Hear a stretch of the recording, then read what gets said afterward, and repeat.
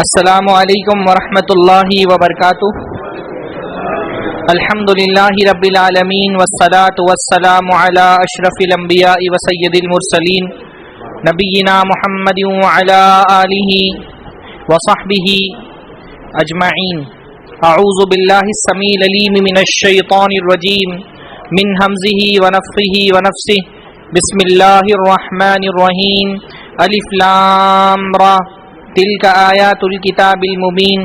انا انزلناہ قرآنا عربیا لعلکم تعقلون. نحن نقص علیک احسن القصص بما اوحینا الیک هذا القرآن وان کنت من قبلہ لمن الغافلین. ہر طرح کی تعریف اور حمد و ثنا اللہ رب العزت کے لیے لائق اور زیبا ہے، جس کی نعمتوں میں سے ایک نعمت یہ ہے کہ یہاں پر ہم الحمدللہ ایک بابرکت اور باسعادت مجلس میں حاضر ہوئے ہیں. اللہ تعالی ہماری اس حاضری کو قبول فرمائے. اس مجلس کو اللہ رب العالمین ہمارے لیے آخرت میں نیکیوں کا ذخیرہ بنائے، ہمارے گناہوں کی بخشش کا اللہ رب العالمین ذخیرہ بنائے. دنیا داری کے اس دور میں اگر کچھ لوگ دین کو سمجھنے، دین پر عمل کرنے، قرآن و سنت پر مشتمل باتیں سننے کے لیے جمع ہوتے ہیں، تو یہ خالصتاً اللہ تعالیٰ کی ایک نعمت ہے جس پر ہم کو اللہ تعالیٰ کا شکریہ ادا کرنا چاہیے. ہمارا یہ جو درس کا سلسلہ ہے اس کو ایک خاص موضوع کے تحت ہم لے کر کے چل رہے ہیں، اور وہ خاص موضوع ہے انبیاء کرام علیہم السلام کی سیرت طیبہ. انبیاء کرام اس زمین پر پیدا ہونے والی سب سے اعلیٰ شخصیتیں ہیں، اور ان کی سیرت اور کردار میں اللہ رب العالمین نے ہمارے لیے بہت ساری نصیحتیں رکھی ہیں. انبیاء ہمارے لیے اسوہ اور نمونہ ہیں. انبیاء کی شخصیتیں ہمارے لیے آئیڈیل کی حیثیت رکھتی ہیں. اس لیے قرآن مجید کا بہت بڑا حصہ انبیاء کرام کی زندگی کے بیانات اور ان کی سیرت کے بیان پر مشتمل ہے. جن انبیاء کے زندگی کو بہت تفصیل سے قرآن مجید میں ذکر کیا گیا، ان میں سے ایک نبی حضرت یوسف علیہ السلام بھی ہیں، جن کی سیرت اور جن کی زندگی کے واقعات کو انشاءاللہ تعالی آج کے درس میں ہم دیکھیں گے، سنیں گے، اور انشاءاللہ ان واقعات میں ہم یہ دیکھیں گے خاص طور پہ کہ اس واقعے میں ہمارے لیے نصیحت کا کیا پہلو ہے. حضرت یوسف علیہ السلام جو ہیں وہ ان کی خاصیت ایک یہ بھی ہے قرآن مجید کے حوالے سے خاص طور پہ کہ قرآن مجید میں مختلف نبیوں کا مختلف صورتوں میں ذکر آیا ہے اور ان کی زندگی کی تفصیلات بیان کی گئی ہیں. جیسے حضرت موسیٰ علیہ السلام کی زندگی کا معاملہ آپ دیکھیں گے، کہیں پر مختصراً، کہیں بہت تفصیل کے ساتھ، کہیں اس واقعے کو کسی اور لفظ میں. قرآن مجید میں مختلف مقامات پہ حضرت موسیٰ علیہ السلام کا واقعہ بکھرا ہوا ہے، پر حضرت یوسف علیہ السلام کا واقعہ صرف سورہ یوسف میں ہی بیان ہوا ہے، اور حضرت یوسف کی زندگی کے واقعات پورے قرآن مجید میں اور کہیں بیان نہیں ہوئے. ذکر آیا ایک دو جگہوں پر، لیکن تفصیل کے ساتھ جو بیان ہوا ہے وہ صرف سورہ یوسف ہی کے اندر بیان ہوا ہے. اور ایک خاصیت یہ بھی ہے کہ قرآن مجید کی سورہ یوسف بہت منفرد صورت ہے کہ اس میں صرف حضرت یوسف علیہ السلام کی زندگی کا ہی ذکر موجود ہے، اور کوئی اس صورت کے اندر اور کسی چیز کو موضوع نہیں بنایا گیا. سورہ یوسف کا خاص موضوع حضرت یوسف علیہ السلام ہی کی زندگی ہے، اور کوئی اس میں زیر بحث اور کوئی چیز نہیں آئی ہے. تو خاص حضرت یوسف علیہ السلام کی سیرت کو بیان کرنے کے لیے قرآن مجید نے ایک سورت پوری نازل کی ہے، اور کوئی اس کے اندر کچھ بیان ہی نہیں ہے. سورہ یوسف میں حضرت یوسف علیہ السلام کی زندگی کے علاوہ کسی اور چیز کا بیان نہیں ہے. ان کی سیرت، ان کے کردار اور ان کے واقعے میں پائے جانے والی حکمتیں اور فوائد ہی کا ذکر ہے. اس کے علاوہ آپ کو سورہ یوسف میں کچھ بھی نہیں ملتا ہے. تو اس سے اہمیت سمجھ میں آتی ہے نا کہ ایک نبی کی زندگی اتنی اہم ہے کہ اللہ رب العالمین نے وہ کتاب جو ساری انسانوں کی ہدایت کے لیے اللہ نے نازل کی، اس میں ایک مستقل صورت صرف حضرت یوسف علیہ السلام کی زندگی، ان کی سیرت اور ان کے ساتھ پیش آنے والے واقعات پر مشتمل ہے. حضرت یوسف علیہ السلام کا مقام بہت بلند ہے. ایک مرتبہ کسی بدو نے آ کر کے اللہ کے نبی سے پوچھا کہ سب سے بہترین کون ہے، یعنی اس کے پوچھنے کا یہ مطلب تھا، یعنی جو حضرت یوسف علیہ السلام کے بارے میں اس نے پوچھا کہ سب سے اعلیٰ افضل لوگ کون ہیں، اس طرح کے الفاظ تھے. اور اس کے پوچھنے کا مقصد یہ تھا کہ بہت سارے عرب کے قبائل ہیں اور ہر قبیلے کا یہ دعویٰ تھا کہ میں سب سے افضل ہوں. تو گویا کہ یہ پوچھنا چاہتا تھا کہ کس کا خاندان سب سے بڑا خاندان ہے، سب سے برتر خاندان ہے، کس کا قبیلہ سب سے بڑا قبیلہ ہے، سب سے اچھا قبیلہ ہے. تو اللہ کے نبی فرمایا جس کے پاس تقویٰ ہو وہ سب سے اعلیٰ ہے. आला होने का मेयार तो तकवा है। तो उस बद्दू ने कहा नहीं, मैं वो नहीं पूछ रहा, मेरा पूछने कुछ और मकसद है। यानी वो ये जानना चाहता था कि नस्ल के एतबार से, नसब के एतबार से, खानदान के एतबार से सबसे अफजल कौन है। तो अल्लाह ने फरमाया यूसुफ।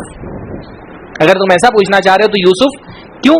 यूसुफ खुद नबी, यूसुफ अलैहिस्सलाम के वालिद हजरत याकूब नबी, हजरत याकूब के वालिद हजरत इसहाक नबी, और हजरत इसहाक के वालिद हजरत इब्राहिम नबी।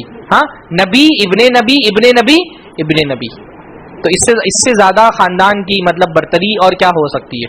तो हजरत यूसुफ अलैहिस्सलाम बड़ी प्यारे किरदार और बड़ी प्यारी सीरत का के हामिल एक शख्सियत थे, और अल्लाह रब्बुल आलमीन ने उस सीरत को बयान करने के लिए कुरान मजीद में खुसूसी सूरत नाजिल की। इसलिए हजरत यूसुफ अलैहिस्सलाम का वाक़या बयान करने के लिए खास मैंने मौजू ही बनाया उस सूरत को, सूरह यूसुफ को। अच्छा, हजरत यूसुफ की ज़िंदगी और अल्लाह के नबी सल्लल्लाहु अलैहि वसल्लम की ज़िंदगी में बहुत सारी मुशाबहतें, सिमिलैरिटीज़ हैं बहुत सारी। खास तौर पे आप देखिए ये सूरह यूसुफ कब नाजिल हुई। मुफस्सिरीन ने लिखा कि सूरह यूसुफ के नुज़ूल का वक्त है आमुल हुज़्न। आमुल हुज़्न, आमुल हुज़्न किसको कहते हैं, किसी को पता है? गम का साल। तो वो कौन सा साल था? सन, हाँ, नंबर के हिसाब से बताइए। सन 10 क्या? सन 10 हिजरी नहीं, हिजरत से पहले है ना, तो नबवी। सन 10 नबवी यानी अल्लाह के नबी की बेसत के 10 सालों के बाद, है ना। या बाज़ लोग उसको कहते हैं बिफोर हिजरा। तो बिफोर हिजरा अगर कहेंगे तो 2 साल पहले, यानी हिजरत से 2 साल पहले और अल्लाह के नबी की बेसत से 10 साल पहले। तो ये जो आमुल हुज़्न था वो अल्लाह के नबी सल्लल्लाहु अलैहि वसल्लम की ज़िंदगी का सख्त तरीन साल था।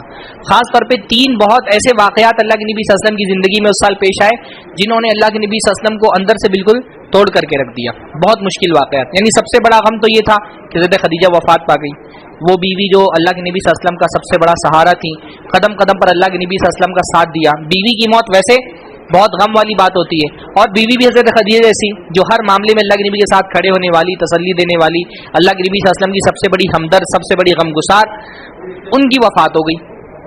एक बहुत बड़ा गम। फिर उसी साल कुछ दिनों के बाद अबू तालिब की वफ़ात हो गई। अबू तालिब अल्लाह के नबी के चचा थे, जिन्होंने गर्चे इस्लाम नहीं कबूल किया था लेकिन अल्लाह के नबी सल्लल्लाहु अलैहि वसल्लम का बहुत ज़्यादा सपोर्ट करने वाले थे, अल्लाह के नबी सल्लल्लाहु अलैहि वसल्लम के साथ खड़े होने वाले थे। ख़ास तौर पर कुरैश के मुकाबले में अल्लाह के नबी सल्लल्लाहु अलैहि वसल्लम की हिफाजत करने में अबू तालिब का बहुत बड़ा रोल था। वो एक तरह से ढाल थे जो कुरैश की तरफ से आने वाली मुसीबतों को रोक लेते थे अल्लाह के नबी सल्लल्लाहु अलैहि वसल्लम तक पहुंचने से। तो वो जो सहारा थे अल्लाह के नबी सल्लल्लाहु अलैहि वसल्लम का, अबू तालिब, उनकी वफात हो गई। फिर सबसे बड़ा गम अल्लाह के नबी सल्लल्लाहु अलैहि वसल्लम को वो पेश आया जब ताइफ में अल्लाह के नबी सल्लल्लाहु अलैहि वसल्लम को रिजेक्ट कर दिया गया। अल्लाह के नबी सल्लल्लाहु अलैहि वसल्लम ताइफ गए ताकि वहाँ के लोग इस्लाम कबूल कर लें या कम से कम मुसलमानों को पनाह दे दें कि मुसलमान हिजरत करके ताइफ आ जाएं। तो लेकिन अल्लाह के नबी को ना सिर्फ की रिजेक्ट कर दिया गया बल्कि औबाशों को अल्लाह के नबी के पीछे लगा दिया गया। और वो इतना सख्त तरीन दिन था अल्लाह के नबी का कि हज़रत आयशा ने अल्लाह के नबी से पूछा कि अल्लाह के नबी, ओहद के दिन से भी बड़ा सख्त तरीन दिन आपकी ज़िंदगी में कोई गुजरा है? क्योंकि हज़रत आयशा तो बच्ची थी जब अल्लाह के नबी सल्लल्लाहु अलैहि वसल्लम की हिजरत नहीं हुई थी, उस वक्त उनकी उम्र बहुत ज़्यादा नहीं थी। अपनी आंखों से जो उन्होंने सख्त तरीन दिन देखा था वो ओहद का दिन था जब अल्लाह के नबी सल्लल्लाहु अलैहि वसल्लम के 70 सहाबा वफात पा गए थे, अल्लाह के नबी सल्लल्लाहु अलैहि वसल्लम खुद जख्मी हो गए थे। तो उनके हिसाब से तो जो सख्त तरीन दिन अल्लाह के नबी की ज़िंदगी में आया था वो ओहद का दिन था।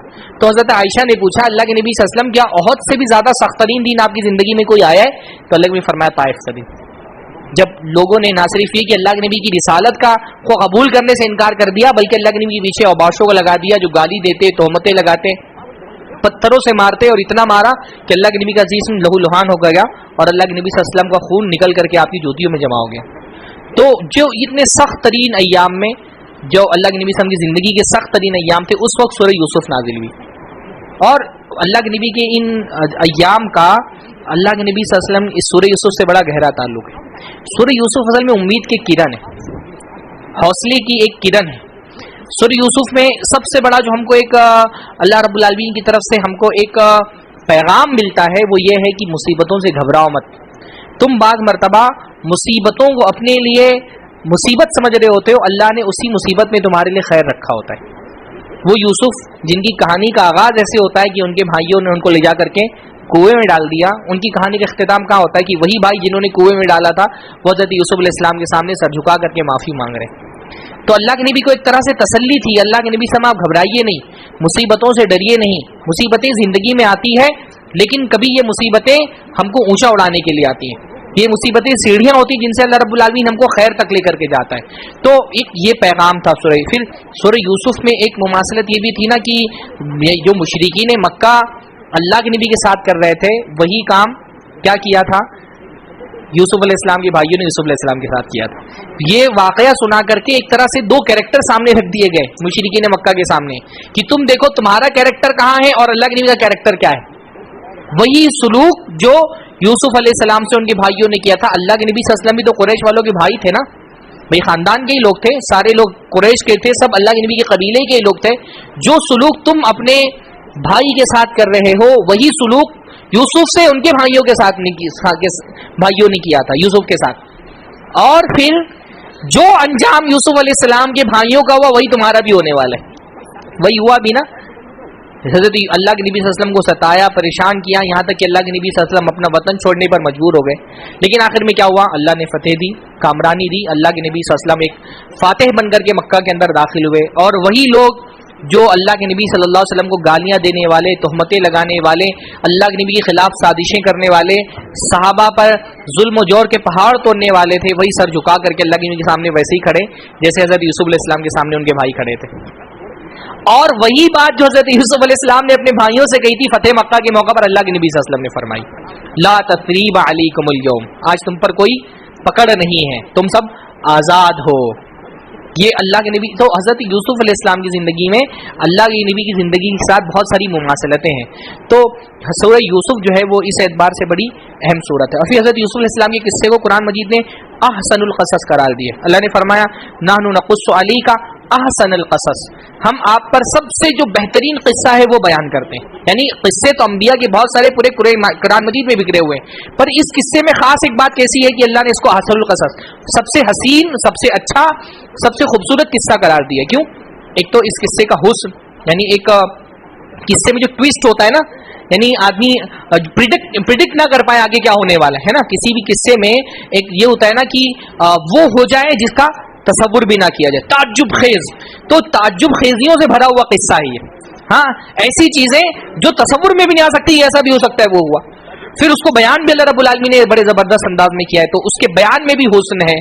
और सबसे बड़ा हुस्न तो इस वाक़े में कि इसमें बेशुमार इबरत और नसीहत की चीजें हमारे लिए। यानी मैं अगर इसको 10 पार्ट में भी तकसीम करूं सूरह यूसुफ में, हालांकि मेरा इरादा सिर्फ 2 पार्ट में, आप लोग डर नहीं जाएं बिल्कुल, मेरा इरादा कि इंशाल्लाह दो दर्स में हम लोग इसको खत्म कर देंगे। लेकिन मैं कह रहा हूं कि अगर 10 पार्ट में भी अगर इस सूरत को पढ़ा जाए, इसकी आयतों में और किया जाए, इतने फवायद है कि खत्म नहीं होंगे, इतने फवायद, इतनी हमारे लिए नसीहत की चीजें। और मैं शुरू से ये बात कहता रहा हूं कि असल मकसद हमारा वाकई को जानना नहीं है। वाकई तो मेरे ख्याल से हज़रत यूसुफ अलैहिस्सलाम का कम ज्यादा आप तमाम लोगों को पता होगा, इसलिए मैं वाकई की तफसीलात में जानने की कोशिश नहीं करूंगा।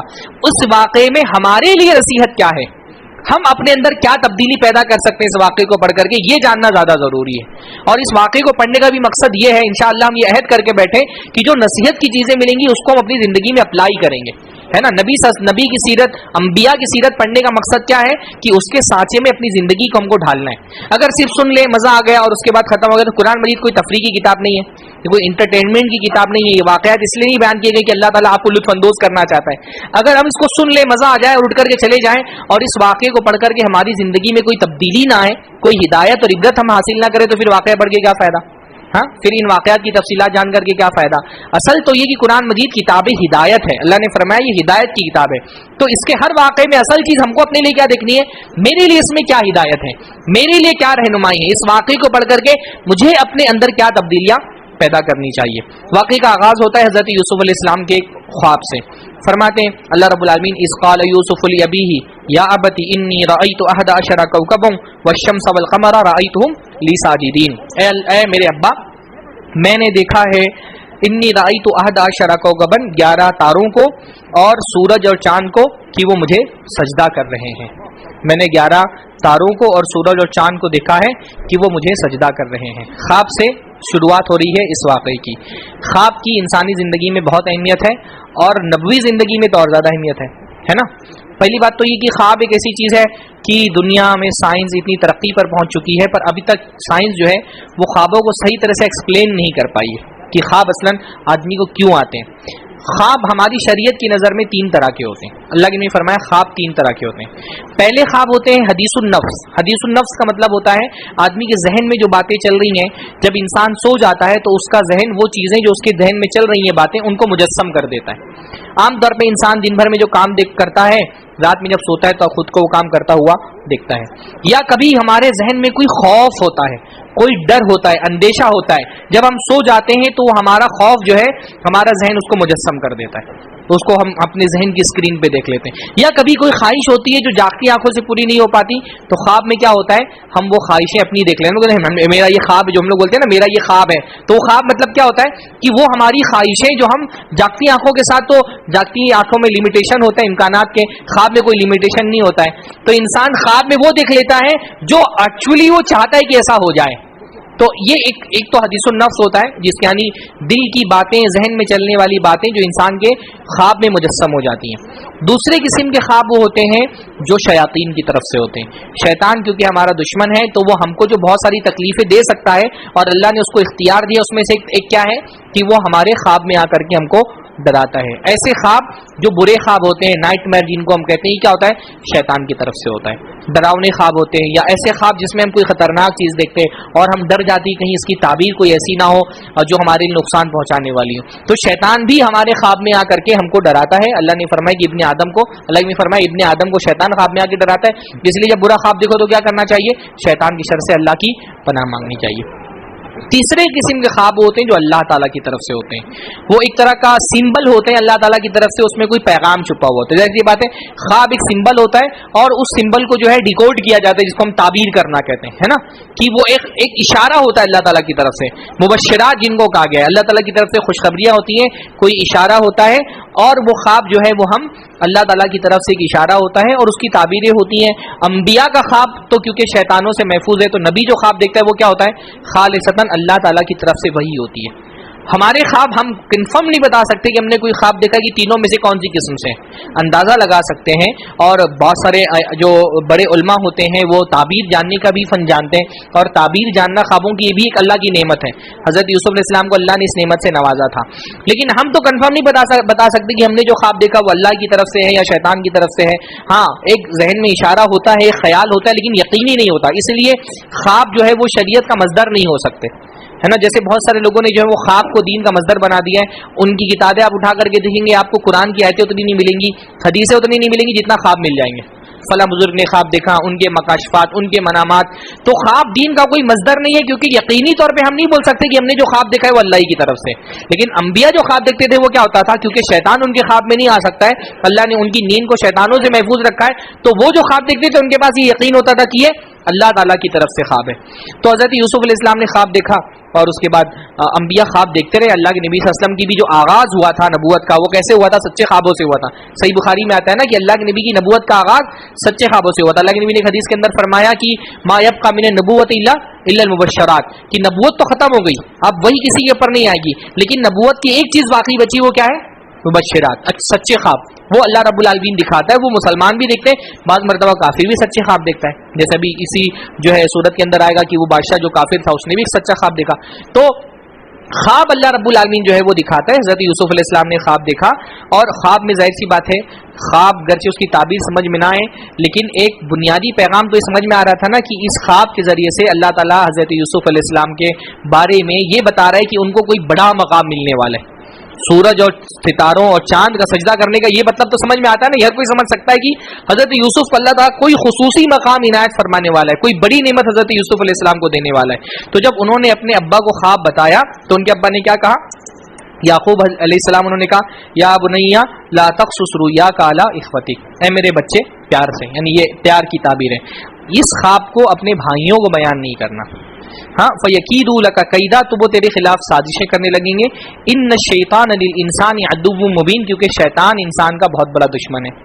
یعنی یہ تو حضرت یعقوب کو سمجھ میں آیا کہ اگر بھائیوں نے یہ خواب دیکھا تو بھائی یہ تو سمجھ جائیں گے کہ یوسف کو اللہ تعالیٰ کسی بڑی نعمت سے نوازنے والا ہے. لہذا اگر تمہاری نعمت کا علم تمہارے بھائیوں کو پتہ چل گیا تو حسد کی وجہ سے کیا کریں گے, تمہاری سازش میں پڑ جائیں گے, تمہارے خلاف سازش کرنے لگیں گے. اس سے ہم کو ایک بات یہ سمجھ میں آئی کہ بعض مرتبہ نعمتوں کو چھپانے میں خیر ہوتا ہے. خاص طور پہ حاسدوں سے نعمتوں کو چھپانا چاہیے, کیونکہ حاسد بعض مرتبہ ہماری نعمتیں دیکھ کر کے حسد میں مبتلا ہوتا ہے, اور اس حسد کی وجہ سے وہ کیا کرتا ہے, اس حسد کی وجہ سے وہ آپ سے نعمتوں کو دور کرنے کی کوشش کرنے لگتا ہے. ہے نا. اللہ کے نبی صلی اللہ علیہ وسلم کی ایک حدیث بھی اس معنی میں ہے جس کو شیخ الالبانی رحمہ اللہ نے صحیح یا حسن قرار دیا ہے کہ اپنی جو نعمتیں ہیں, جو اپنی ضرورتیں ہیں, اس کو کتمان کے ذریعے سے اس کی حفاظت کرو, چھپا کر کے اس کی حفاظت کرو. نعمتوں کو چھپانے میں خاص طور پہ اگر وہ نعمتیں ابھی حاصل نہیں ہو سکی ہیں, ہاں کوئی آپ ایک پلاننگ میں ہے, آپ کے کوئی بڑا کاروبار آپ کرنا چاہ رہے ہیں, اب پتہ چلا آپ نے ڈھنڈورا پیٹ دیا ہر جگہ, تو جو آپ کے حاسدین ہیں وہ حسد میں مبتلا ہوئے اور پھر وہ آپ کے آڑے آ گئے. کہیں اپنی بچی کی شادی کرنے جا رہے ہیں, اب آپ نے ہر جگہ اعلان کر دیا, اب کیا ہوا کہ وہ جو آپ کے حاسدین ہیں وہ بیچ میں آ گئے اور شادی کو کینسل کرا دیا. خاص طور پہ جب تک نعمتیں ابھی مکمل طور پہ ہاتھ میں نہیں آئی ہیں اور ان کے چھن جانے کا اندیشہ ہے, آ جانے کے باوجود بھی ان کے چھن جانے کا اندیشہ ہے, تو پھر ایسی نعمتیں بیان کرنے سے, اس کا ڈھنڈورا پیٹنے سے, خاص طور پہ سوشل میڈیا میں یہ بہت عام ہو گیا ہے نا کہ ہر نعمت جو ملی فوراً فوٹو کھینچ کر کے سوشل میڈیا پہ ڈالو. اس کا ایک نقصان کیا ہوتا ہے کہ وہ نعمتیں بعض مرتبہ حاصل کچھ نہیں کر پاتے, بہت سارے لوگ تو کم سے کم نظر لگا دیتے ہے نا, بہت سارے لوگ کوئی سازش نہیں بھی کر پاتے یا ان کی بدنیتی نہیں ہوتی تو کم سے کم نظر لگا دیتے ہیں. تو بہت ساری نعمتوں کی حفاظت میں بہتر کیا ہوتا ہے کہ اس کو چھپا کر کے رکھیں, خاص طور پہ حاسدوں سے چھپا کر کے رکھیں. اللہ نے فرمایا وَأَمَّا بِنِعْمَتِ رَبِّكَ فَحَدِّثْ, اپنے رب کی نعمتوں کو بیان کرو. یہ کب بیان کرنا ہے؟ جب حاسدوں کا خوف نہ ہو, جب کسی کے حسد کا خوف نہ ہو. اگر کسی کے حسد کا خوف ہے کہ کوئی حاسد بیچ میں آ کر کے اس نعمت کے اور میرے بیچ میں آڑ بن سکتا ہے اور اس نعمت کو مجھ سے دور کرنے کی کوشش میں سازشیں کر سکتا ہے, تو پھر کیا کرنا چاہیے؟ نعمتوں کو چھپانا چاہیے. نعمتوں کی حفاظت کا ایک ذریعہ یہ بھی ہے کہ نعمتوں کو چھپایا جائے, خاص طور پہ حاسدوں سے. اور یہ تو اپنے سگے بھائی ہیں. حضرت اچھا یعقوب علیہ السلام اس بات کو محسوس کر رہے ہوں گے, تبھی تو کہا نا کہ بھائیوں کو مت بتاؤ. بعض علماء نے, مفسرین نے یہ بات لکھی ہے کہ جو 10 بھائی ان کے تھے حضرت یوسف علیہ السلام کے, وہ دوسری ماں سے تھے, اور 2 بھائی حضرت یوسف اور بنیامین یہ ایک ماں سے تھے. تو ایک سوتیلے پن کا بھی ان کو جو ہے حسد تھا, اور پھر یہ کہ ایک حسد عام طور پہ بہت سارے بھائیوں کو آپس میں ہوتا ہے. تو فرمایا ان الشیطان للانسان یعدو, کیوں شیطان انسان کا کھلا دشمن ہے. یعنی یہ جو بھائیوں کے دل میں حسد ڈالنے والا اور اس حسد کے ذریعے سے بھائیوں کو سازش میں اور فریب میں مبتلا کرنے والا کون ہے؟ شیطان ہے. تو شیطان جو ہے اس کی سب سے بڑی کوشش کیا ہوتی ہے؟ بھائیوں کے درمیان درار ڈال دینا, بھائیوں کو بھائی کو بھائی سے جدا کر دینا. یہ شیطان کا جو شیطان کی کوشش ہوتی ہے, کیونکہ جس کمیونٹی کے اندر فیملی میں لوگوں کے تعلقات اچھے نہیں ہو, وہ کمیونٹی کبھی ترقی نہیں کر سکتی ہے. سب سے قریبی ریلیشن ہمارا اپنے بھائیوں سے ہوتا ہے. اگر بھائیوں سے ہی ریلیشن خراب ہو جائے گا تو پھر قوم کے افراد اور کمیونٹی کے افراد ان سے ریلیشن کیسے ٹھیک ہوگا؟ تو کیونکہ قطع رحمی, رشتوں کو توڑنا, یہ سب سے بڑا گناہ ہے. اس لیے شیطان بھائیوں کے درمیان نفرت ڈالنے کی بہت کوششیں کرتا ہے. ہاں, جن والا شیطان بھی, اور انسانوں میں سے بھی بہت سارے شیطان ہوتے ہیں, انسانوں میں بھی بہت سارے شیطان ہوتے ہیں جن کی سب سے بڑی خواہش کیا ہوتی ہے؟ بھائی کو بھائی سے لڑا دو. ہاں, جیسے لوگ مرغوں کو لڑا کر کے آپس میں, اور یہ عید الاضحیٰ میں بکروں کو لڑا کر کے لطف لیتے تھے, تو بہت سارے لوگوں کا سب سے بڑی تفریح ہوتی کہ بھائیوں کو آپس میں لڑاؤ. ہاں, ان کی بات ان سے جا کر کے, ان کی بات ان سے جا کر کے بڑا چڑھا کر کے بیان کرو تاکہ بھائیوں کا ٹکراؤ ہو جائے آپس میں. تو شیطان جو ہے وہ بھائیوں کے رشتے توڑنا چاہتا ہے, بھائیوں کے درمیان درار ڈالنا چاہتا ہے. حضرت یوسف علیہ السلام کو ان کے والد یہی سمجھا رہے ہیں کہ اپنے بھائیوں سے اپنا خواب مت بیان کرنا, ورنہ تمہارے بھائی حسد کا شکار ہو کر کے تمہارے خلاف سازشیں کرنے لگیں گے.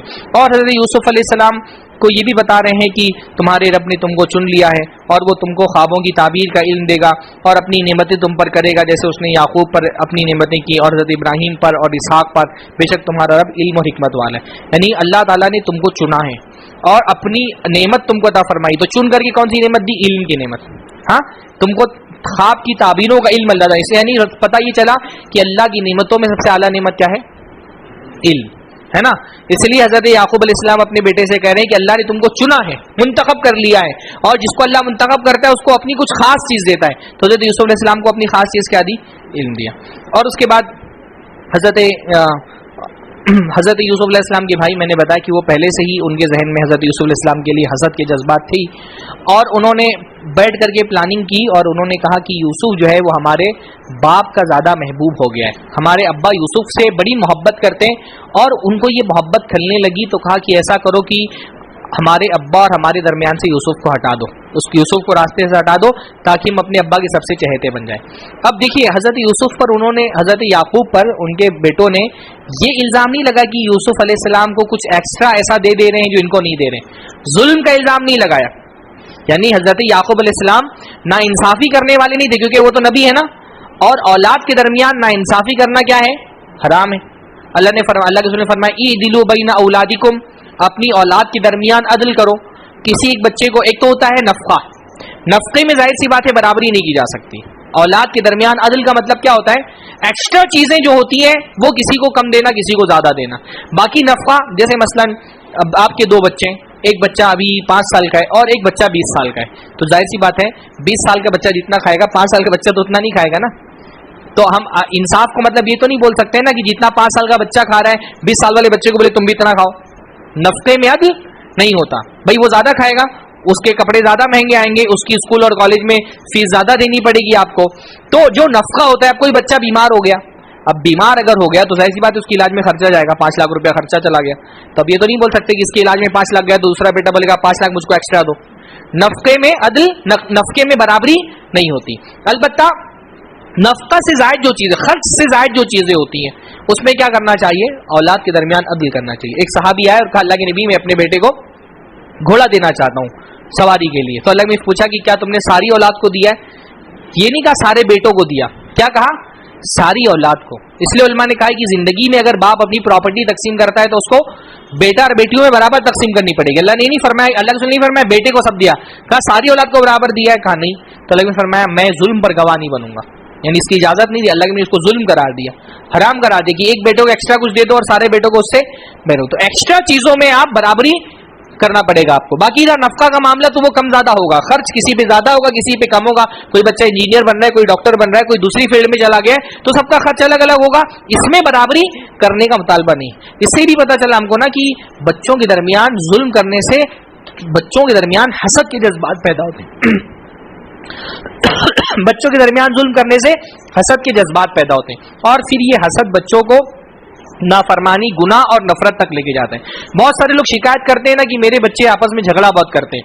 بہت مرتبہ بچوں کے جھگڑے کا سبب باپ خود ہوتا ہے، ماں خود ہوتی ہے. ماں جو ہے نا وہ ناانصافی کر رہی ہوتی ہے، باپ بچوں کے درمیان ناانصافی کر رہا تھا، اس کی ناانصافی کی وجہ سے بچوں کے درمیان نفرت پیدا ہو جاتی ہے. لیکن حضرت یعقوب پر ایسا کوئی الزام یہ لوگ نہیں لگا سکے کہ ہمارے ابا یوسف کو کچھ ایسا ایکسٹرا دے رہے ہیں جو ہم کو نہیں دیتے. تو کیونکہ ظاہر میں تو کوئی الزام نہیں لگا سکتے تھے، تو انہوں نے وہ چیز پر الزام لگایا جو دل کی ہے، جس پہ اختیاری نہیں بندے کا. احب الی ابینا منا، یوسف جو ہے وہ ہمارے ابا کے زیادہ چہتے ہیں، زیادہ محبوب ہیں. اولاً اس کا تو کوئی پروف نہیں تھا نا کہ حضرت یوسف علیہ السلام حضرت یعقوب علیہ السلام یوسف علیہ السلام کو زیادہ چاہتے تھے. بھئی محبت تو دل کے اندر ہے، اس کو تو کوئی نہیں ناپ سکتا کہ محبت کس کی کم ہے کس کی زیادہ ہے.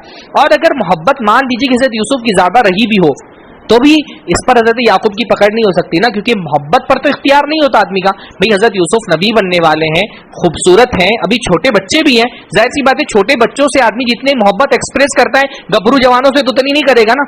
بچے بڑے ہو جاتے ہیں تو ایک ذرا سا فاصلہ ہو جاتا ہے. چھوٹے بچے سے آدمی اس کو گلے لگاتا ہے، محبت کرتا ہے، گود میں بٹھاتا ہے. اب جوان بچے کے ساتھ تو یہ سلوک نہیں کرے گا بندہ. تو الزام لگایا تو کس کا لگایا؟ ظاہری تعامل پر جو تھا، جو ایک ظاہری رویہ تھا اس پر الزام نہیں لگا سکے، دل کی کیفیت پہ الزام لگایا.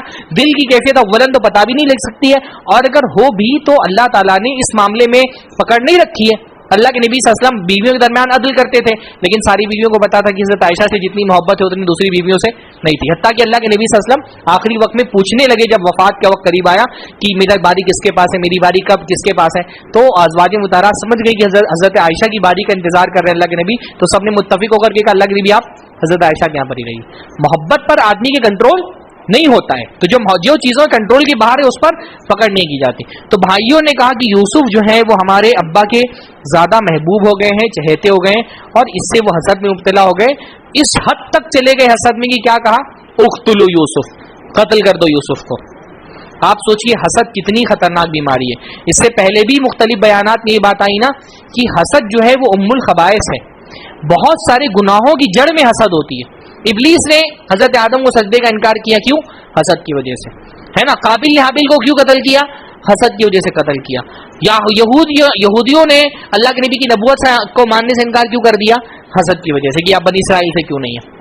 حسد بہت ساری بیماریوں کی جڑ ہے. اس لیے اللہ نے فرمایا کہ حسد جو ہے وہ نیکیوں کو ایسے ہی کھا جاتا ہے جیسے آگ لکڑی کو کھا جاتی ہے. اور سوچیے آپ، حسد آدمی کے دل کو کتنا سخت کر دیتا ہے کہ یہ جوان توانا تندرست لوگ ایک چھوٹے سے بچے کے حسد میں مبتلا ہو گئے. حضرت یوسف، مفسرین نے لکھا اس وقت حضرت یوسف کی عمر کتنی تھی؟ 6-7 سال کی. 6-7 साल का अपना भाई, हाँ, खूबसूरत, जिससे मोहब्बत और एहसान का सलूक करना चाहिए, उसकी कत्ल के लिए तैयार हो गए। भाई बच्चे के कत्ल करने के लिए वैसे बहुत सख्त, कत्ल करने के लिए बहुत सख्त दिल चाहिए, और फिर कत्ल किसका? अपने भाई का, और वो भी कब? जब वो बच्चा है और वो भी खूबसूरत। हजरत यूसुफ अलैहिस्सलाम का हुस्न मारूफ है, ऐसा खूबसूरत बच्चा जिसको देख करके हर इंसान के दिल में मोहब्बत पैदा हो जाए। हसद ऐसा खतरनाक मर्ज है कि अपने सगे भाइयों के दिल से इस बच्चे के लिए नफरत पैदा हो गई, मोहब्बत निकल गई, और कत्ल करने की प्लानिंग कर ली। कहा उख्तुलू यूसुफ, यूसुफ को कत्ल करो। लेकिन बाद भाइयों ने कहा नहीं, कत्ल बड़ी चीज हो जाएगी, इसको क्या करो, इसको ऐसी जगह पर ले जा करके डाल दो जहां से ये हमारे और हमारे बाप के बीच में हायल ना रह जाए, हम अकेले अपने बाप के साथ रह जाएं, ये हमारे बीच में ना आए। तो उन्होंने कहा कि यूसुफ को कत्ल मत करो, यूसुफ को ले जा करके हम एक कुएं में डाल देते हैं, कुएं में डाल देंगे, कोई काफिला आकर के लेके चला जाएगा, हमारा काम हो जाएगा, यूसुफ हमारे रास्ते से हट जाएगा, हम अपने अब्बा के लिए खालिस हो जाएंगे, अपने अब्बा की मोहब्बत हासिल कर लेंगे। और अच्छा, कितनी बड़ी बात कही कि कहा कि तकूनु मिन बादिही कौमन सालिहीन, कि पहले यूसुफ को डाल दो कुएं में, उसके बाद हम नेक हो जाएंगे, तौबा करके इस्तिगफार करके अच्छे बन जाएंगे। ये जो गुनाह से पहले इस्तिगफार होता है ना, ये इस्तिगफार नहीं होता, ये शैतान का फितना होता है ना। बहुत मर्तबा शैतान ना ये नहीं बोलता है कि गुनाह करो और उसी पे डटे रहो, शैतान बोलता है अभी गुनाह कर लो, बाद में तौबा करके नेक बन जाना, अभी जवानी है, जवानी गुनाहों में गुजार दो, फिर उसके बाद बुढ़ापे में तो नमाज पढ़ेंगे, हज कर लेंगे, उम्रा कर लेंगे, सब माफ हो जाएगा, है ना। शैतान, ये जो इस्तिगफार गुनाह से पहले नहीं होता कि गुनाह करने से पहले आप सोचने में इस्तिगफार करके नेक हो जाए। इस्तिगफार वो है जो गुनाह के बाद वाकईतन शर्मिंदगी से होता है, और ये सोच के होता है कि काश मैंने गुनाह नहीं किया होता। इस्तिगफार के लिए शर्त क्या है कि आदमी शर्मिंदा हो कि काश मुझसे गुनाह नहीं होता, अगर मुझे दोबारा ये मौका मिलेगा तो मैं ये गुनाह नहीं करूंगा। अगर कोई आदमी ये सोचे मजा तो ले लिया सारे गुनाहों का, चलो अब तौबा कर लेते हैं, माफ भी हो जाएगा, हाँ, अगर ये सोच करके तौबा करे तो ऐसी तौबा अल्लाह के यहाँ पे कबूल नहीं होती। तो इन्होंने कहा कि पहले कर लेते हैं, फिर बाद में नेक बन जाएंगे तौबा करके। तो गुनाह से पहले जो इस्तिगफार का इरादा होता है वो इस्तिगफार नहीं होता, वो तो शैतान का फितना होता है। शैतान उस इस्तिगफार का ख्याल दिला करके आपको गुनाह पर मायल कर रहा होता है, समझ रहे हैं ना। ईमान वाला बंदा तो नेकियां करके अल्लाह से डरता है, गुनहगार आदमी गुनाह करने से पहले भी अल्लाह से नहीं डर रहा होता है, गुनाह करके भी अल्लाह से नहीं डरता है। तो इन्होंने कहा पहले हम यूसुफ को कत्ल कर देंगे या किसी दूर जगह पे फेंक करके आ जाएंगे, उसके बाद तौबा करके नेक हो जाएंगे। बहरहाल तो इन्होंने हजरत याकूब अलैहिस्सलाम से जाकर के कहा, अच्छा, हजरत याकूब अलैहिस्सलाम का रवैया ऐसा था, एक सच्चा बाप, एक अपनी बाप बच्चे से मोहब्बत करने वाला बाप अपने बच्चे के लिए फिक्रमंद रहता है। दीन की मुसीबत हो या दुनिया की मुसीबत हो, वो अपने बच्चे को प्रोटेक्शन देता है, उसकी हिफाजत करता है, उसको बचाने की कोशिश करता है। तो याकूब अलैहिस्सलाम के जहन में ये बात थी, वो अपने बड़े बेटों का रवैया देख करके समझ रहे थे कि बड़े बेटे यूसुफ से हसद करते हैं, इसलिए उन पर मामून नहीं थे और यूसुफ अलैहिस्सलाम को उनके साथ नहीं भेजते थे। तो बड़े भाइयों ने जाकर के बड़ी जो है वो मुनाजात की कि हमको हमारे साथ भेजिए यूसुफ को, आप क्यों नहीं भेजते, हम नौजवान तंदुरुस्त तवाना है, हमारा भाई हमारे साथ खेलेगा कूदेगा, हमारे साथ भेजिए। तो याकूब अलैहिस्सलाम ने कहा मुझे डर है कि कहीं भेड़िया इसको खा ना जाए। तो कहा हम जवान तंदुरुस्त गबरू नौजवान, हमारी मौजूदगी में हमारे भाई को भेड़िया खा जाएगा, फिर हमारी जवानी किस काम की है। हाँ, खूब मनाया समझाया, यहाँ तक हजरत याकूब अलैहिस्सलाम मान गए और हजरत यूसुफ अलैहिस्सलाम को भेज दिया, हजरत यूसुफ अलैहिस्सलाम को भेज दिया अपने भाइयों के साथ। अब वो सब गए और ले जाकर के क्या किया, उनको कुएं में डाल दिया। हाँ, उनको क्या किया, कुएं में डाल दिया, और रोते हुए शाम को अपने घर पे आए, कुएं में डाल दिया। और जाऊ अबाहुम इशाअन यबकून, शाम के वक्त वो अपने बाप के पास आए और रोते हुए आए, झूठा रोना। हाँ, अगर किसी को मतलब झूठे आंसू का की मिसाल देनी हो तो सबसे झूठा आंसू कौन सा है? हाँ, इनके भाइयों का। हाँ, इसलिए हमेशा आंसुओं पे एतबार नहीं करना चाहिए, ना हर मुस्कुराहट पे एतबार करना चाहिए, ना हर आंसू पे एतबार करना चाहिए। कहा जाता है कि औरत के आंसू और आदमी की मुस्कुराहट पे एतबार नहीं करना चाहिए। हाँ, औरत के आंसू और आदमी की हर आंसू जो है वो सच्चा नहीं होता है। तो ये मगरमच्छ के आंसू रोते हुए आए और आकर के कहा या अबाना इन्ना ज़हबना नस्तबिक, ऐ हमारे अब्बा, हम दौड़ लगाने के लिए गए थे, रेस करने के लिए, और यूसुफ को अपने सामान के पास छोड़ दिया था। तो यूसुफ को फ़अकलहु ज़िब, तो उसको एक भेड़िया खा गया। वमा अंत बिमुमिनिन वलौ कुन्ना सादिकीन, और आप तो हमारी बात मानेंगे नहीं, हम कितना भी सच बोले। हाँ, पहले से ही अपना मुकदमा मजबूत करके लाए थे कि हम तो कुछ भी सच बोलें, आप तो हमारी बात नहीं मानेंगे। वहां पर अल्लाह ताला ने हजरत यूसुफ अलैहिस्सलाम को वही करके खबर दे दी कि तुमको डरने की जरूरत नहीं है। पूरे मामले को हजरत यूसुफ अलैहिस्सलाम पर वही जो है वो कुएं के अंदर ही आ गई थी। जब वो कुएं में थे तभी अल्लाह ताला ने उनको वही दे दी थी। फरमाया वअवहैना इलैहि लितुनब्बिअन्नहुम बिअम्रिहिम हाज़ा वहुम ला यशऊरून। बहरहाल अब वो दलील के तौर पे क्या लाए, जब कहा कि भेड़िया खा गया तो कोई सबूत भी देना पड़ेगा ना। तो वजाउ अला कमीसिही बिदमिन कज़िब, कहीं से कोई जानवर ज़बह करके खून निकाला और हजरत यूसुफ अलैहिस्सलाम की कमीज निकाल करके उस खून को लपेट दिया और वो कमीज लेकर के आए कि आप हमारी बात वैसे तो नहीं मानने वाले, तो हम प्रूफ लेकर के आए, हम दलील लेकर के आए। तो दलील देना जो है ना, दलील देना काफी नहीं होता है, दलील कभी सच्ची भी होती कभी झूठी भी होती है। तो झूठी दलील क्या लाए, कमीज लेकर के आए। हजरत यूसुफ अलैहिस्सलाम को कमीज देख करके पहचान गए कि झूठ बोल रहे हैं। क्यों? क्योंकि कमीज बिल्कुल सही सालिम थी, कमीज बिल्कुल सही सालिम थी। अगर भेड़िए ने हमला करके हजरत यूसुफ अलैहिस्सलाम को कत्ल कर दिया होता तो क्या ऐसा कोई भेड़िया हो सकता है जो अच्छे से कमीज निकाल करके फिर उसके बाद हमला करे और खा जाए? ऐसा तो नहीं हो सकता। तो हजरत यूसुफ अलैहिस्सलाम देख करके समझ गए कि झूठ बोल रहे हैं। इसीलिए अरबी में हजरत याकूब अलैहिस्सलाम, इसलिए अरबी में जब कहा जाता किसी के ऊपर इल्जाम का दिफा करना होता है ना कि फला आदमी इस जुर्म से बरी है, तो कहा जाता है ये आदमी उस जुर्म से वैसा ही बरी है जैसे भेड़िया यूसुफ के खून से बरी था। अरबी में एक मसल है, अगर किसी आदमी के बारे में दिफा करना होता है कि इस आदमी ने जुर्म नहीं किया, उसके इल्जाम का दिफा करना होता है, तो कहा जाता है ये आदमी उस जुर्म से वैसे ही बरी है जैसे भेड़िया हजरत यूसुफ अलैहिस्सलाम, भेड़िया की बेचारे की कोई गलती नहीं थी, तो जैसे भेड़िया यूसुफ के खून से बरी है वैसे ही ये आदमी इस जुर्म से बरी है, इस आदमी ने वो जुर्म नहीं किया। बहरहाल हजरत याकूब ने फरमाया फसब्रुन जमील, मैं सब्र जमील करता हूँ। सब्र जमील क्या होता है? सब्र के बहुत सारे दर्जात होते हैं।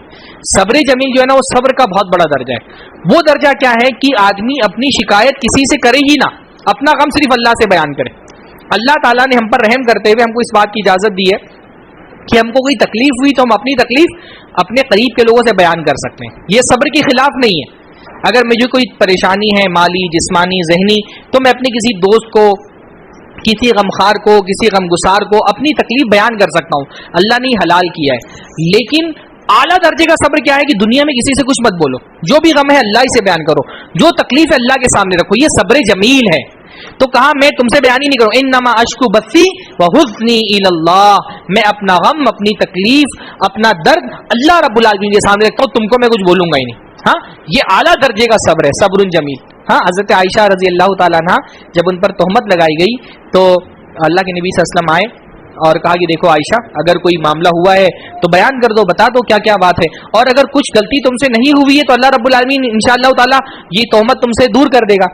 तो हजरत आयशा रज़ी अल्लाह अन्हा फरमाती हैं कि मैंने कोई गलती नहीं की और अल्लाह जानता है मैंने कोई गलती नहीं की, लेकिन अगर मैं कहूँ कि मुझसे कोई गलती नहीं हुई तो आप लोग मानेंगे नहीं, और एक कोई गलती मुझसे नहीं हुई है लेकिन अगर मैं तस्लीम कर लूं कि हुई है तो आप सब लोग मान लेंगे। तो मैं वही कहती हूँ जो यूसुफ के बाप ने कहा था। कह रही है कि गम की वजह से मुझे याकूब अलैहिस्सलाम का नाम नहीं याद आ रहा था, तो मैंने कहा कि मैं वही कहूंगी जो यूसुफ के भाई, यूसुफ के अब्बा ने जो बात कही थी, फसब्रुन जमील, कि मैं तुमसे कुछ नहीं बोलती हूँ, मैं अल्लाह के सामने अपना गम बयान करते हुए सब्र करती हूँ। सब्र का बहुत आला दर्जा होता है कि आदमी मैं बयान कर सकता हूँ, अल्लाह ने हराम नहीं किया है, कोई तकलीफ हो तो आदमी बयान कर सकता है। बाज़ मरतबा अंबिया ने भी बयान किया, जैसे हज़रत यूसुफ अलैहिस्सलाम को तकलीफ हुई तो लंबा सफर तय करते हुए तो उन्होंने यूशा बिन नून से कहा कि हम बहुत लंबा आ गए हैं और मैं थक गया हूं। तो अपना गम बयान करना मना नहीं है, लेकिन अगर आदमी ना बयान करे तो ये सब्र का आला दर्जा है कि किसी से मत बोलो अपनी तकलीफ, सिर्फ अल्लाह के सामने अपनी तकलीफ रखो। तो बहरहाल हज़रत याकूब अलैहिस्सलाम ने कहा फसब्रुन जमील, मैं सब्र करता हूँ, वल्लाहुल मुस्तआन अला मा तसिफून। अब यहाँ क्या हुआ, हज़रत यूसुफ अलैहिस्सलाम कुएं के अंदर मौजूद है। अब एक काफिला आया और काफिले के लोगों ने अपना जो एक डोल होती है ना जिससे पानी निकाला जाता है कुएं का, तो वो डोल जब डाला तो हज़रत यूसुफ अलैहिस्सलाम उस डोल पे बैठ गए। छोटे बच्चे थे, जब वो डोल बाहर निकाला गया तो काफिले वाले देख के चौंक गए कि ये तो बच्चा है, या बुशरा खुशखबरी हाजा गुलाम, ये तो एक बच्चा है। अब वो जमाना जो था वो बुर्दा फरोशी का जमाना था ना, इंसानों को बेचा जाता था, बाजारों में जाके इंसान गुलाम बनाए जाते थे। तो ये क्यों खुश हो गए कि इनको लगा फ्री में एक गुलाम हाथ आ गया, इसको ले जाकर के बाजार में बेच देंगे, जल्दी से छुपा लिया और उसको छुपा करके ले जाकर के शरोह बिसमनिन बख्सिन, नबी हैं और क्या कर रहे हैं, बेचे जा रहे हैं बाजार के अंदर, और वो भी कितने सस्ती कीमत में। फ्री के माल है ना, फ्री के माल में आदमी को कुछ भी मिल जाए तो सोचता है फायदे में ही हूं, अपना तो वो इन्वेस्टमेंट है नहीं, ہے ना। तो फ्री के माल में आदमी को कितना भी मिल जाए तो सोचता है कि मेरे लिए यही ज्यादा है, तो सस्ते दामों में हजरत यूसुफ अलैहिस्सलाम को बेच दिया। और किसने खरीदा? मिस्र के अजीज ने, मिस्र का जो एक बड़ा ऑफिसर था जिसका हुकूमत के जो बादशाह थे उनके पास बड़ा मकाम था और हुकूमत के मामलात कंट्रोल करता था, उसने हजरत यूसुफ अलैहिस्सलाम को खरीद लिया। कहा कि हम इसको पैदा पालेंगे पोसेंगे, अपनी बीवी से कहा कि इसको हम खरीद लेते, इसको पालेंगे पोसेंगे, बड़ा होगा तो हमको फायदा पहुंचाएगा। बुढ़ापे मतलब सियाक सी बात महसूस होती कि उसकी कोई औलाद नहीं थी, तो उसने खरीद लिया सोच करके मैं अपनी औलाद बना लूंगा और ये बड़ा हो जाएगा, इसको पालेंगे पोसेंगे, इसकी तरबियत और तालीम करेंगे तो बड़ा होकर के हमको फायदा पहुंचाएगा। और इस तरह यूसुफ अलैहिस्सलाम शाम से निकल के कहाँ आ गए? मिस्र आ गए। एक बड़ा सवाल जहन में आमतौर पे ये पैदा होता है ना जब आप कुरान अंबिया की सीरत पढ़ते हैं कि हम बार बार ये तो पढ़ते हैं कि हजरत इसहाक, हजरत याकूब, इनको हजरत इब्राहिम अलैहिस्सलाम ने कहाँ बसाया था? फिलिस्तीन में बसाया था, है ना। हजरत सारा कहाँ पर थी? फिलिस्तीन में। और हजरत इस्माइल को कहाँ पर बसाया था? मक्का में, है ना। यानी दो जगह थी, मक्का और फिलिस्तीन। मक्का में कौन थे? हजरत इस्माइल अलैहिस्सलाम। और फिलिस्तीन में कौन थे? हजरत इसहाक अलैहिस्सलाम, है ना। फिर हजरत इसहाक के बेटे याकूब, याकूब के बेटे हजरत इसहाक के बेटे याकूब, याकूब के बेटे यूसुफ। तो और फिर हजरत याकूब के बच्चों से ही जो नस्ल निकली वो कौन सी थी? बनी इसराइल, जिनको हम कहते हैं। बनी इसराइल मतलब क्या है? इसराइल की औलाद। और इसराइल किसका लक़ब था? याकूब का। तो बनी इसराइल को असलन कहाँ होना चाहिए था? फिलिस्तीन में होना चाहिए था ना, क्योंकि हजरत याकूब अलैहिस्सलाम को, हजरत इसहाक अलैहिस्सलाम को हजरत इब्राहिम ने कहाँ बसाया था? फिलिस्तीन में बसाया था। लेकिन जब हजरत मूसा का वाकया पढ़ते तो पता चलता है मूसा अलैहिस्सलाम मिस्र गए थे बनी इसराइल को बचाने के लिए। तो एक कंफ्यूजन लोगों को होता है कि ये बनी इसराइल मिस्र कैसे पहुंच गए, इनको तो फिलिस्तीन में होना चाहिए था। फर्क समझ रहे हैं ना, मिस्र एक अलग जगह है, फिलिस्तीन एक अलग जगह है। तो फिलिस्तीन में इनको होना चाहिए था, ये मिस्र कैसे पहुंच गए? अच्छा ये मैं बता दूं कि फिलिस्तीन जब हम कहते हैं तो पुराना जो शाम था ना, शाम का हिस्सा था फिलिस्तीन, है ना। जैसे अभी शाम सिर्फ सीरिया को बोलते हैं, पर पुराने जमाने में फिलिस्तीन, हाँ, सीरिया, जॉर्डन, लेबनान, ये चारों मुल्क मिला करके पुराना शाम बनता है, जिसको हदीसों में जब हम शाम पढ़ते हैं तो उससे ये सीरिया सिर्फ मुराद नहीं होता है, बल्कि वो पूरा इलाका मुराद होता है, जो जॉर्डन, लेबनान और फिलिस्तीन। हम इसराइल को तो हम तस्लीम ही नहीं करते हैं, तो ये चारों मुल्क मिला करके शाम बनते हैं। तो वो जो हम पढ़ते हैं ना कि हजरत मूसा अलैहिस्सलाम बनी इसराइल को बचाने के लिए मिस्र गए, वो कब गए थे मिस्र? जब हजरत यूसुफ अलैहिस्सलाम मिस्र आ गए। तो ये जो छोटा सा वाकया था कि मूसा अलैहिस्सलाम को, हजरत यूसुफ अलैहिस्सलाम को कहाँ फरोग किया गया? मिस्र में फरोग किया गया। ये किसका सबब बना कि वो फिर आगे जाकर के वो पूरे बनी इसराइल उन्होंने माइग्रेट कर लिया कहाँ पर? मिस्र में। अब ये मिस्र में अल्लाह रब्बुल आलमीन ने एक बड़े ऑफिसर के घर में परवरिश का इंतजाम कर दिया हजरत यूसुफ अलैहिस्सलाम का। देखिए अल्लाह ताला की प्लानिंग कैसी होती है। हजरत यूसुफ को एक बड़ा काम अल्लाह ताला को आगे सौंपना था ना, क्या काम था वो? पूरे मिस्र का बादशाह उनको बनना था, मिस्र की बादशाहत उनको संभालनी थी, मिस्र की सल्तनत उनको संभालनी थी। और फिलिस्तीन का जो इलाका था ये कोई तरक्की याफ्ता, वो तो एक देहात में और रहते थे और उनका पेशा क्या था? बकरियां चराना, है ना। भाई लोग क्या करते थे? बकरियां चराते थे। जाहिर सी बात है फिलिस्तीन में रहते हुए वो तरबियत उनको नहीं मिल सकती जो उनकी फ्यूचर में काम आने वाली थी, है ना। उनको फ्यूचर में एक उमूरे सल्तनत संभालने थे, तो अल्लाह ताला ने उनके बचपन में ही इंतजाम कर दिया कि वो ऐसे घर में तालीम और तरबियत और परवरिश उनकी हो जहां पर वो उमूरे सल्तनत सीख सकें, हुकूमत कैसे की जाती है, सल्तनत कैसे चलाई जाती है, हाँ, जो सल्तनत के इंतजामी उमूर होते हैं वो कैसे हैंडल किए जाते हैं, ये चीज वो फिलिस्तीन में नहीं सीख सकते थे। वो तो एक देहात में रहते थे, घर के लोग बकरियां चराते थे। अब यहाँ इनकी परवरिश एक बड़ा आला ऑफिसर के घर में हो रही। जाहिर सी बात है ऑफिसर के घर में जब तालीम और तरबियत होगी तो फिर किस चीज की होगी? वहां पे पढ़ाई लिखाई और उमूर सल्तनत कैसे संभाला जाए, हुकूमत के इंतजामी उमूर में को कैसे हैंडल किया जाए। तो अल्लाह ताला एक अलग प्लानिंग कर रहा था। भाइयों की प्लानिंग तो ये थी कि कुएं में डालो छुटकारा मिले। अल्लाह ताला एक अलग प्लानिंग कर रहा था कि नहीं, यूसुफ की तरबियत के लिए जरूरी है। अच्छा, मिस्र उस जमाने की सबसे तरक्की याफ्ता तहजीब है ना, दुनिया की जो कदीम तरीन तरक्की याफ्ता और एक आला कल्चर और जो तमद्दुन के हामिल तहजीबें उसमें से एक मिस्र है। उस जमाने का सबसे मशहूर, सबसे मुतमद्दिन, सबसे तरक्की याफ्ता शहर और मुल्क। तो अल्लाह ताला ने मिस्र के एक गांव से निकाल करके उस जमाने के सबसे तरक्की याफ्ता शहर के एक आला घराने में हजरत यूसुफ अलैहिस्सलाम की परवरिश और तरबियत का इंतजाम कर दिया।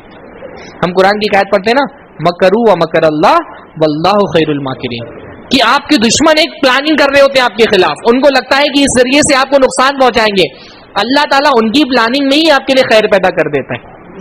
जो आपको गिराने के लिए हथकंडे आजमाए जाते हैं, अल्लाह ताला उसी के जरिए से आपको बुलंद करता है ना। اس لیے مصیبتوں سے گھبرانا نہیں چاہیے. ایمان والے بندے کا رویہ یہ ہوتا ہے کہ وہ مصیبتوں میں اللہ کی حکمتیں تلاش کرتا ہے کہ یہ مصیبت آئی ہے, اللہ تعالیٰ نے اسی مصیبت میں میرے لیے خیر رکھا ہے نا. کیسے وہ ایک اردو کا بڑا خوبصورت شعر ہے, تن دیے باد مخالف سے نہ گھبرا اے عقاب, یہ تو چلتی ہے تجھے اونچا اڑانے کے لیے.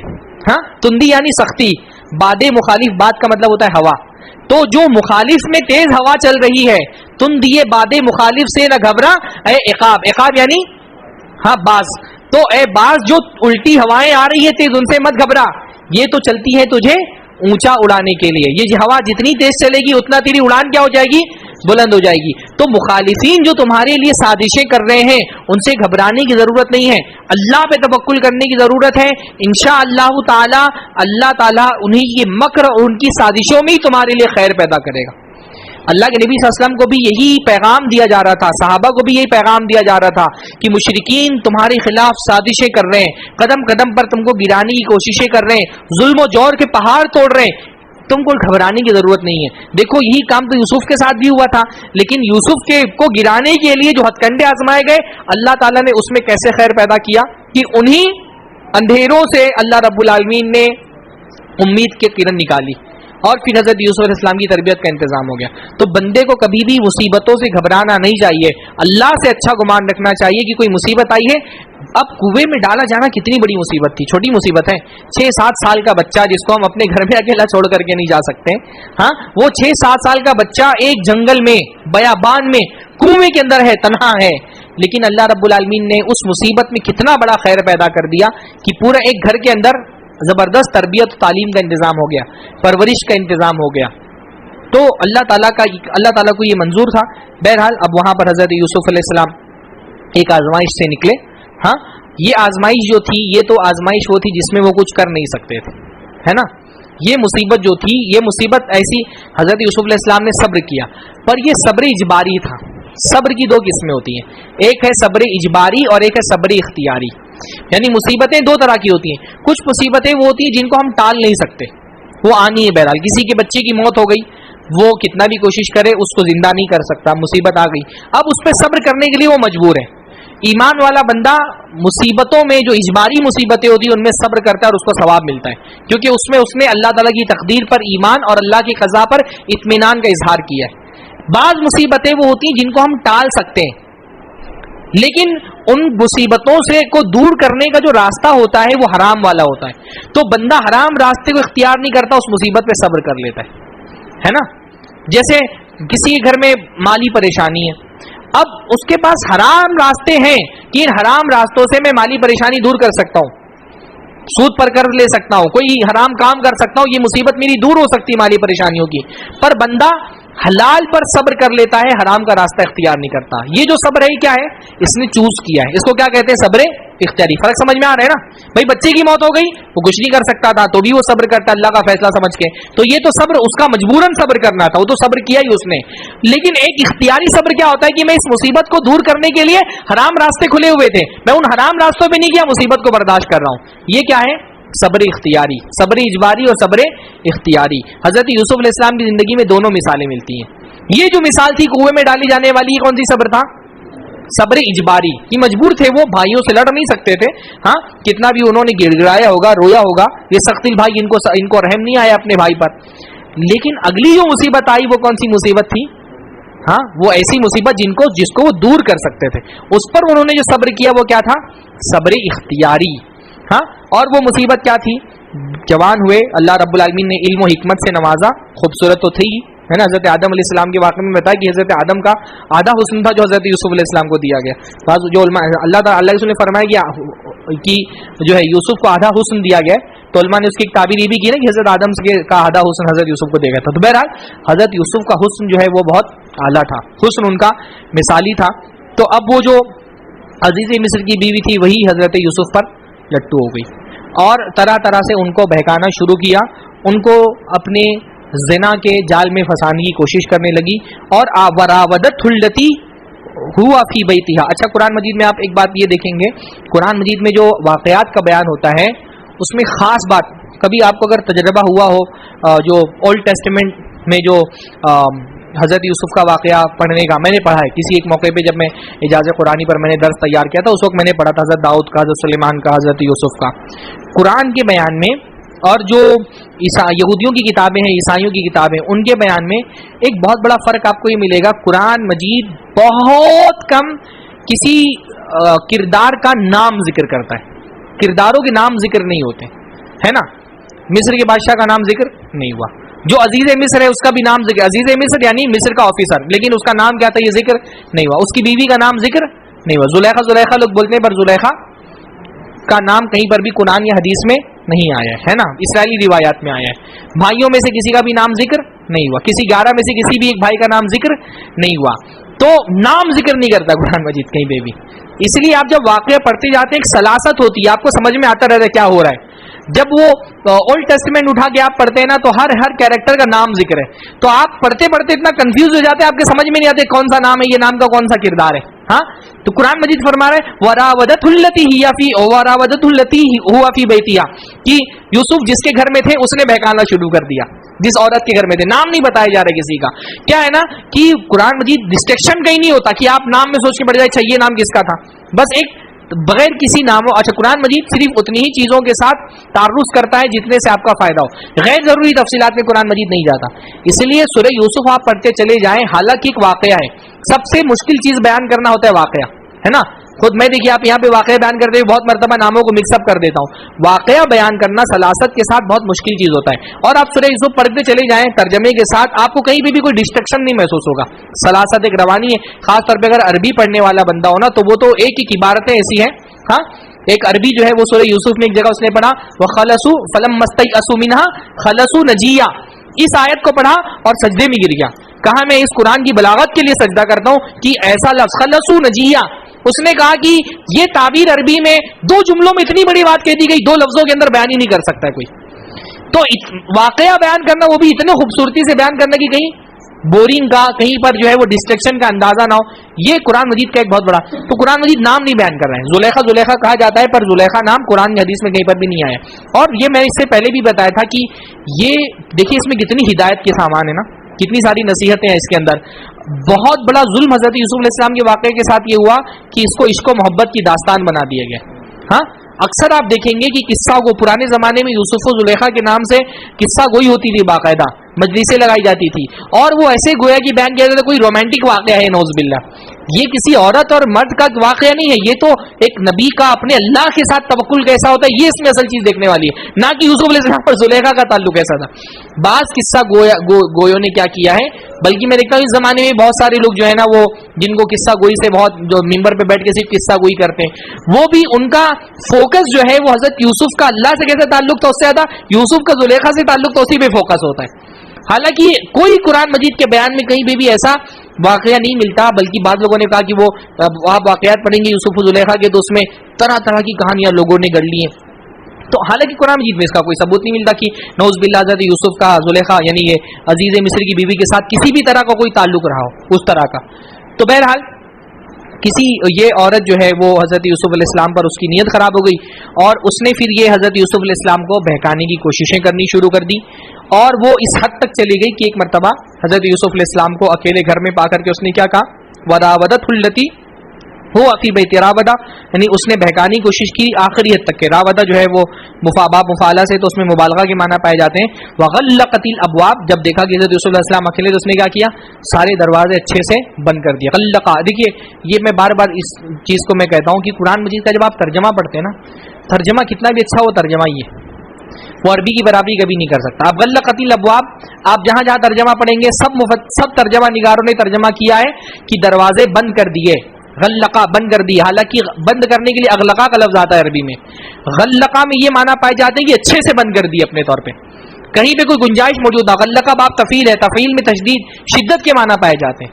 ہاں، اسے راودہ کا بھی ترجمہ عام طور پہ کرتے ہیں کہ بہکایا، لیکن بہکانے یہ راودہ میں بہت یعنی باب مفعلہ سے باب تبدیل ہونے سے عربی میں معنی کے اندر تبدیلی پیدا ہو جاتی ہے کہ اس نے آخری حد تک کوشش کی حضرت یوسف کو بہکانے کی، اور اس نے کیا کہا غلقت الابواب، سارے دروازے بند کر دیے، وقالت ہیت لک، اور کہا کہ اب آؤ میرے پاس۔ ہاں، قال معاذ اللہ، حضرت یوسف نے کہا اللہ تعالیٰ کی پناہ، انہ ربی احسن مثوایا، یہ میرا مالک ہے، यानी अपने अजीज मिस्र को कहा वो मेरा मालिक है। इसलिए उलमा ने कहा है कि रब का लफ्ज मुतलक जो है वो अल्लाह के अलावा किसी के लिए इस्तेमाल, यानी रब कहेंगे सिर्फ तो क्या होगा, अल्लाह मुराद होगा। अलबत्ता इजाफत के साथ वो किसी मखलूक के लिए भी इस्तेमाल हो सकता है। इजाफत यानी मेरा रब, घर का रब, तो इस माना में रब का लफ्ज गैरुल्लाह के लिए भी इस्तेमाल हो सकता है, लेकिन सिर्फ रब अगर कहेंगे बगैर किसी इजाफत के तो क्या होगा, सिर्फ अल्लाह के लिए इस्तेमाल होगा। तो बहरहाल उसने बहकाने की कोशिश की, यहाँ तक कि अल्लाह फरमाते हैं लक़द हम्मत बिही व हम्मा बिहा, यहाँ तक कि उस औरत ने भी इरादा कर लिया, कसद कर लिया, और यूसुफ ने भी कई कसद कर लिया। यानी एक ख्याल थोड़ा सा हजरत यूसुफ के दिल में भी पैदा हुआ, लेकिन अल्लाह ताला ने कोई ऐसी निशानी दिखाई कि यूसुफ अलैहिस्सलाम बच गए, क्योंकि उन्होंने अल्लाह से दुआ मांगी थी ना, माज अल्लाह, मैं अल्लाह की पनाह में आता हूं। तो उस दुआ का असर क्या हुआ कि दिल में गरचे ख्याल आया, थोड़ा सा कसद का जज्बा पैदा हुआ, लेकिन अल्लाह रब्बुल आलमीन ने बचा लिया। इसमें हमारे लिए बहुत सारी नसीहत की बात है। सबसे पहली जो नसीहत की बात है वो तो ये है कि औरतों के साथ खलवत कितना बड़ा फितना है।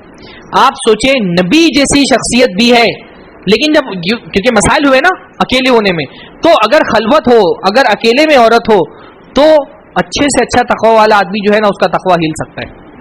इसलिए जिना के मामले में शरीयत ने यह मामला रखा है कि कोई ऐसा रास्ता ही ना रहने दिया जाए जहां औरत और मर्द, अजनबी औरत और मर्द एक घर में एक साथ अकेले हों, ताकि कोई और मुसीबत सर पे आए, है ना। खलवत से शरीयत ने, अल्लाह के नबी ने फरमाया, किसी भी घर में, किसी भी इलाके में, किसी भी जगह पर अगर एक औरत और एक अजनबी मर्द आपस में अकेले हों तो उनमें से तीसरा कौन होता है, शैतान होता है। खलवत इतनी खतरनाक चीज है। हाँ, तो हमारे जमाने में बहुत सारे मूवमेंट चलते हैं ना, मीटू वाले, हाँ, मीटू मूवमेंट्स, आप लोगों को पता होगा ना कि किसी के साथ ही हो, किसी के साथ ही हो गया। तो भाई वो जो इस्तेसाल होता है औरतों का अलग अलग इंडस्ट्रीज में, अलग अलग इलाकों में, उस इस्तेसाल के पीछे जो असबाब है उनका कोई जिक्र नहीं करता। औरत और मर्द अगर अकेले रहेंगे तो फिर मर्द के अंदर जो शैतान है उसके लिए मुश्किल हो जाएगा उस पर काबू रखना। शरीयत यही तो कहती है ला तक़रबुज़ ज़िना, ज़िना के करीब मत जाओ। और ज़िना के करीब ले जाने वाली सबसे बड़ी चीज क्या होती है, खलवत। औरत और मर्द अकेले हैं तो फिर इस बात का बहुत इम्कान है कि फिर ज़िना से कोई उनको बचा नहीं पाएगा। तो ये जो औरतों और मर्दों के दरमियान खलवत होती है वो कितनी खतरनाक होती है वो हमको पता चली। और हमको ये बात भी पता चली कि महज किसी गुनाह का ख्याल आ जाना गुनाह नहीं। अल्लाह ने फरमाया हम्मा बिहा, थोड़ा सा ख्याल आया, एक कसद हजरत यूसुफ अलैहिस्सलाम का हुआ, लेकिन फौरन अल्लाह रब्बुल आलमीन ने उनको बचा लिया। दुआ की थी उन्होंने क्योंकि अल्लाह से कि मैं अल्लाह ताला की पनाह चाहता हूँ, तो अल्लाह रब्बुल आलमीन ने उनको बचा लिया और वो बच गए। वस्तबक़ल बाब, हजरत यूसुफ अलैहिस्सलाम भागे और पीछे से हजरत यूसुफ को पकड़ने के लिए वज़ीर मिस्र की बीवी भागी और पकड़ा ही था, इतने में क्या हुआ, दरवाजा खुल गया। उसने अपने तौर पे दरवाजे बंद करके रखे थे, पर दरवाजा खुल गया।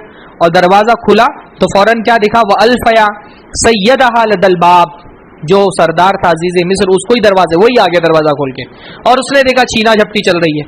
अब औरत का मक्र देखिए कैसा है, उसने क्या कहा, क़ालत मा जज़ाउ मन अरादा बिअहलिका सूअन इल्ला अन युस्जन औ अज़ाबुन अलीम। फौरन उसने पैतरा अपना तब्दील किया और रोना शुरू कर दिया और कहा कि बताओ, जो तुम्हारी घरवाली के साथ बुरी नीयत रखे, बुरा इरादा रखे, उसका बदला क्या होना चाहिए, सिवाय इसके कि उसको बहुत दर्दनाक सजा दी जाए या उसको जेल में बंद कर दिया जाए।